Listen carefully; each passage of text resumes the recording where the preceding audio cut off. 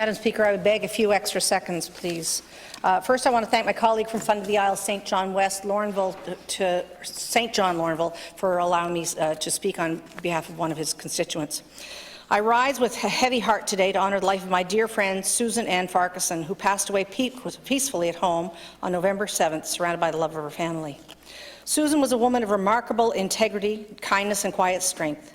She was a devoted partner of Greg, her husband, for 25 years, a proud mother of Sari, and an adoring grandmother to Glendon and Elspeth. No matter how busy life became, her family was always her true north. Growing up in New River Beach shaped so much of who Susan became: her work ethic, her deep love of community, and her commitment to the environment. Those early roots carried her throughout a distinguished career that spanned environmental stewardship, resource management, community leadership, and gender equality. And as the longtime Executive Director of the Atlantic Fish Farmers Association, and through earlier roles with Canadian Rivers Institute, the Coast Guard, and multiple government departments, Susan always led with vision, collaboration, and compassion.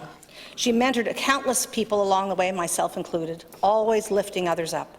Her service extended well beyond her career, whether as Deputy Mayor for Fundy Shores, a Director on regional boards, or a volunteer in her community. Susan gave generously of her time and her heart.